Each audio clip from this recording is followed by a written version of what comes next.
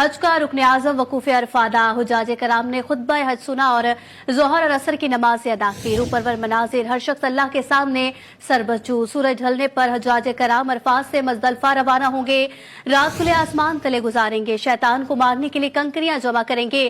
कल फजर के बाद हुज्जाज रमी जमरात के लिए मिना जाएंगे। दुनिया भर के मुसलमानों के लिए खुतबा हज को 35 मुख्तलिफ जुबानों में तर्जुमा करके नशर किया गया।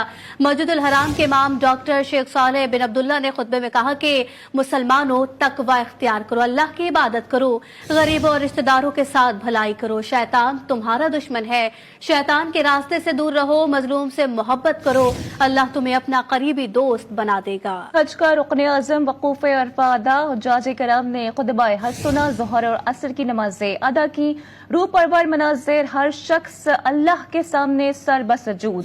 सूरज ढलने पर हुज्जाज कराम अरफात से मुजदलिफा रवाना होंगे। रात खुले आसमां तले गुजारेंगे। शैतान को मारने के लिए कंकरियां जमा करेंगे। कल फजर के बाद हुज्जाज रमी जमरात के लिए मिना जाएंगे। दुनिया भर के मुसलमानों के लिए खुतबा हज को 35 मुख्तलिफ जबानों में तर्जुमा करके नशर किया गया। मस्जिदुल हराम के इमाम डॉक्टर शेख सालेह बिन अब्दुल्ला ने खुतबे में कहा कि मुसलमानों, तकवा इख्तियार करो।